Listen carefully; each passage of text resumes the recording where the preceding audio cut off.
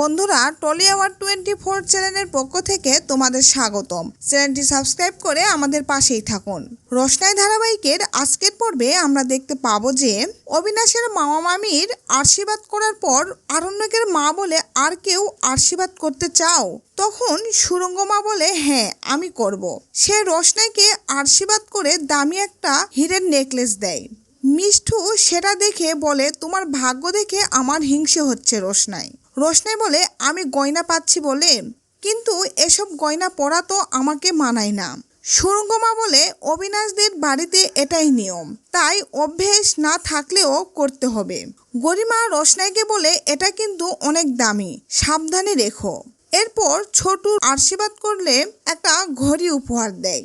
আশীর্বাদ শেষ করতে বললে ছোটু এখনো একজন বাকি আছে। বাচ্চা রোশনাইকে আশীর্বাদ করবে। গরিমার মা তাহলে আগে অবিনাশ আশীর্বাদ করবে, কারণ সে রোশনাইয়ের হবু হাজবেন্ড। অবিনাশ রোশনাইকে আশীর্বাদ করলে রোশনাই তাকে প্রণাম করে না। বাড়ির সবাই প্রণাম করতে বললে রোশনাই হাত জোর করে প্রণাম করে। এরপর আরণ্যক রোশনাইকে আশীর্বাদ করলে রোশনাই আরণ্যকের পা ধরে প্রণাম করতে গিয়ে কাঁদতে শুরু করে। মিনিও অনেক কাঁদতে থাকে আর বলে, তোমরা রোশনাইয়ের বিয়ে দিও না। আরণ্যক রোশনাইকে আশীর্বাদ করে বলে, সুখী হও, জীবনে সবসময় অনেক ভালো থাকো। রোশনাইয়ের গায়ে হলুদের জন্য নিয়ে যাওয়ার সময় আরণ্যক উপরে দাঁড়িয়ে সবটা দেখে।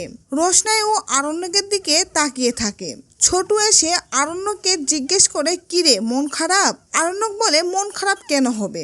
আমি তো চাই রোশনাই ভালো থাকুক, কিন্তু ও বিয়ে করার জন্য এতটা ডেসপারেট কেন?